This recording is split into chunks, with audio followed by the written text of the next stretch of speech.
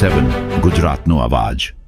નમસ્કાર દર્શક મિત્રો, i7 ન્યૂઝ ગુજરાતીની સાથે હું છું આપની સાથે પાયલ બામભણિયા। તો જોઈએ આજના મહત્વના સમાચાર।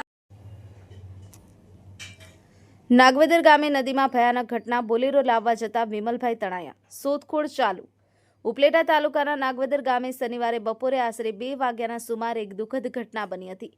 ગામના વિમલભાઈ જયંતિભાઈ મકવાણા ઉંમર 45 અને તેમના સાથી અનિલભાઈ બાવનજીભાઈ મકવાણા ઉંમર 32 નદીના ઘાટ પાસે પહોંચ્યા હતા, જ્યાં નદીની સામે કાંઠે તેમનો બોલેરો હોય।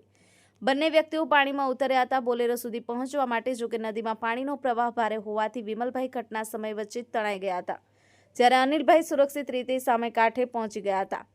સ્થાનિક રહીશોએ તાત્કાલિક શોધખોળ શરૂ કરી હતી, પરંતુ વિમલભાઈનો પત્તો ન મળતા એનડીઆરએફની ટીમને જાણ કરવામાં આવી હતી। ટીમે તુરંત જ ઘટના સ્થળે પહોંચી શોધખોળ શરૂ કરી છે।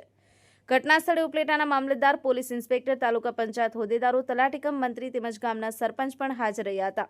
હમણાં સુધી તણાયેલા વિમલભાઈ અંગે કોઈ નિશ્ચિત માહિતી મળતી નથી અને રેસ્ક્યુ કાર્ય ચાલુ છે। i7 ન્યૂઝ ગુજરાતી રમેશ સત્યની સાથે।